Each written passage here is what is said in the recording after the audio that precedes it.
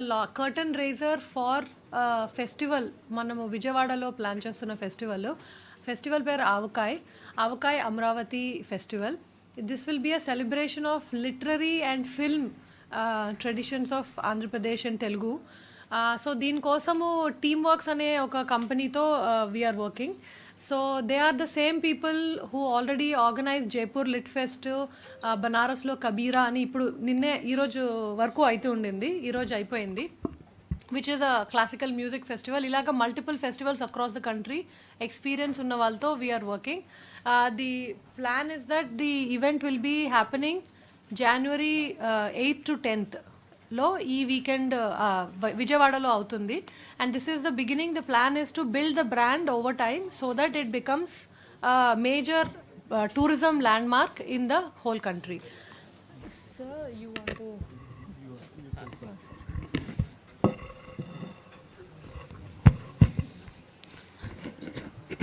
No problem. Honorable Minister Shri Durgesh Gariki, MD Amrapalli Gariki, తర్వాత Mr. Shams from Teamwork Arts, పత్రికా మిత్రులు అందరికీ నమస్కారం. ముఖ్యంగా అయితే ఇది మన ప్రెస్ మీట్ అయితే ఇది ఆవకాయ్ అనేది మన festival, Amaravati festival of cinema, culture and literature. ఇది మనం జనవరి 8 నుంచి 10 వరకు 3 రోజులు మనం విజయవాడలో పెట్టుకోవడం జరుగుతుంది. ఇక్కడ బేసిక్ ఫోకస్ ఏమంటే ఆంధ్రప్రదేశ్ ఒక rich culture heritage, literature heritage, అదేవిధంగా సినిమాది, తర్వాత మ్యూజిక్ అండ్ దెన్ కలీనరీ. మనకు ఇవి ఫుడ్ ప్రొడక్ట్స్ అవి ఉన్నాయి. So cinema, culture and literature ఇది ప్రమోట్ చేయడానికి. దీనికి అయితే ఇది యాన్యువల్ ఫీచర్గా ఉంటుంది. ఇది ఓన్లీ బిగినింగ్ అనమాట. జస్ట్ లైక్ అంటే inspiration is drawn from Jaipur literary festival. మనందరికీ తెలుసు, ఈరోజు కొన్ని మిలియన్స్ ఆఫ్ పీపుల్ అక్కడ వస్తున్నారు. సో ఆ విధంగా ప్రతి సంవత్సరం అంటే ఫస్ట్ ఇయర్ అయితే మనకు కొద్దిగా గవర్నమెంట్ సపోర్ట్ అవసరం ఉంటుంది. రాను రోజుల్లో it self will become a brand. తర్వాత మన స్పాన్సర్స్ కానీ అవి మనకు దొరుకుతారు. దీనికోసం we have tied up with team work arts. ఎవరైతే జైపూర్ లిటరీ ఫెస్టివల్ చేస్తున్నారు, అదేవిధంగా వారణాసిలో కబీరా ఫెస్టివల్ చేస్తున్నారు. అంత ప్రపంచమంతా యూఎస్ఏలో, యూకేలో చాలా చోట్ల వాళ్ళు చేస్తున్నారు. సో ఇది 3 రోజులు మనకు పున్నమి ఘాట్ అనేది మెయిన్ వెన్యూ ఉంటుంది. తర్వాత బంపాక్లో కొన్ని ఈవెంట్స్, భవానీ ఐలాండ్లో కొన్ని ఈవెంట్స్. ఈ విధంగా మనకు 8 తేదీ సాయంత్రము నుంచి స్టార్ట్ అయ్యి ఓపెనింగ్ సెరమనీ అయ్యి 10th వరకు ఇది కంటిన్యూ ఉంటుంది. 3 రోజుల ప్రోగ్రామ్ మనం డీటెయిల్ మీ అందరికీ మనం ఇస్తాము. చాలామంది ఆర్టిస్ట్ వస్తున్నారు, లిటరీ పర్సనాలిటీస్ వస్తున్నారు, ఫిల్మ్ పర్సనాలిటీస్ వస్తున్నారు. So basically it is interaction. తర్వాత కొన్ని వర్క్షాప్స్ ఉన్నాయి, కొన్ని సెషన్స్ ఉన్నాయి, అవి అంతా కూడా డీటెయిల్స్ ఇవ్వడం జరుగుతుంది. So this is the main మనకు కాన్సెప్ట్. ఇది ఎవ్రీ ఇయర్ ఇది ఉంటుంది. అండ్ దెన్ రాని రోజుల్లో ఇంకా పెద్ద స్థాయిలో, this time it is first time కాబట్టి మనం చూస్తున్నాము. సో మీ ద్వారా మనకు రిక్వెస్ట్ ఏమంటే, కొంతమంది బయట వాళ్ళ నుంచి కూడా వస్తారు, కానీ ఎవరైతే మనకు కల్చర్లో కానీ, లిటరేచర్లో కానీ, మ్యూజిక్లో కానీ ఇంట్రెస్ట్ ఉన్న వాళ్ళు తప్పకుండా ఇది రావాలి. ఇది free of cost, there is no entry fee. ఇది ఫ్రీ ఆఫ్ కాస్ట్ ఉంది. ఎక్కువ మంది పార్టిసిపేట్ చేస్తే ఇంకా ఎక్కువ మనకు పబ్లిసిటీ కూడా వస్తుంది, ఎక్కువ టూరిస్ట్ కూడా రావడానికి అవకాశం ఉంటుంది. Thank you.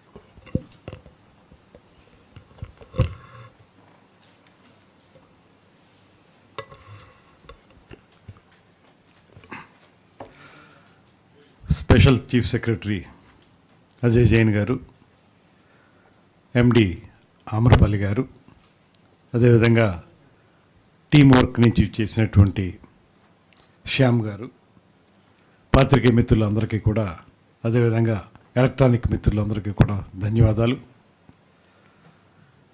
చాలామందికి తెలుసో లేదో నాకు తెలియదు, కానీ పప్పు, ఆవకాయ, నెయ్యతో 10 కవడాలు తింటే పులుసెందుకురా బుగ్గిలోకి అనేది ఒక పాత సామెత. పప్పు, నెయ్యి, ఆవకాయ 3 కలుపుకొని తింటే అద్భుతంగా ఉంటుంది. ఇంకా పులుసు, సాంబార్ ఇటువంటి అవసరం లేదనేటువంటిది ఒక పాత సామెత. ఏదైనప్పటికీ ఆంధ్రుల యొక్క అభిమానమైనటువంటి వంటకం ఆవకాయ. ఇక్కడ తొలి నుంచి కూడా ఒక గొప్పదైనటువంటి కళా సాంస్కృతిక వైభవం ఉన్నటువంటి ప్రాంతం ఆంధ్రప్రదేశ్. ఇక్కడ ఈ సాంస్కృతిక ప్రభావాన్ని నిలబెట్టాలనేటువంటి ఆలోచనతో గత కొంతకాలంగా ఈ కళలకి ఏమాత్రం నోచుకోనేటువంటి పరిస్థితి నుంచి తిరిగి ఈ రాష్ట్రంలో కళలు మళ్ళీ ఫరిడి వెళ్ళాలనేటువంటి ఆలోచనతో ముఖ్యమంత్రి చంద్రబాబు నాయుడు గారు, ఉప ముఖ్యమంత్రి పవన్ కళ్యాణ్ గారు చేస్తున్నటువంటి స్ఫూర్తిదాయకమైనటువంటి ప్రయాణంలో భాగంగా ఆవకాయ అనేటువంటి ఈ కార్యక్రమాన్ని టీం వర్క్ వారితోటి కలిసి శ్యామ్ గారు వచ్చారు. వారితో కలిసి ఆంధ్రప్రదేశ్ రాష్ట్ర పర్యాటక శాఖ ఒక వినూత్నమైనటువంటి కార్యక్రమాన్ని జనవరి 8, 9, 10 తారీఖుల్లో మన విజయవాడలో ఏర్పాటు చేసుకోవడం జరుగుతుంది. అమరావతి ఉత్సవంగా ఇది భవానీ ద్వీపంలోను, అదేవిధంగా బెరం పార్కులోను కూడా, పున్నమి ఘాట్లోనూ ఈ కార్యక్రమాన్ని నిర్వహించడానికి ప్రణాళిక సిద్ధం చేయబడింది. ఇందులో ప్రధానంగా సినిమా అనేది సౌత్ ఇండియాలో ఇవాళ చూస్తే తొలి నుంచి కూడా అద్భుతమైనటువంటి సినిమా ప్రపంచం మనకు మాత్రమే, తెలుగువారికి మాత్రమే లభించినటువంటి సందర్భం.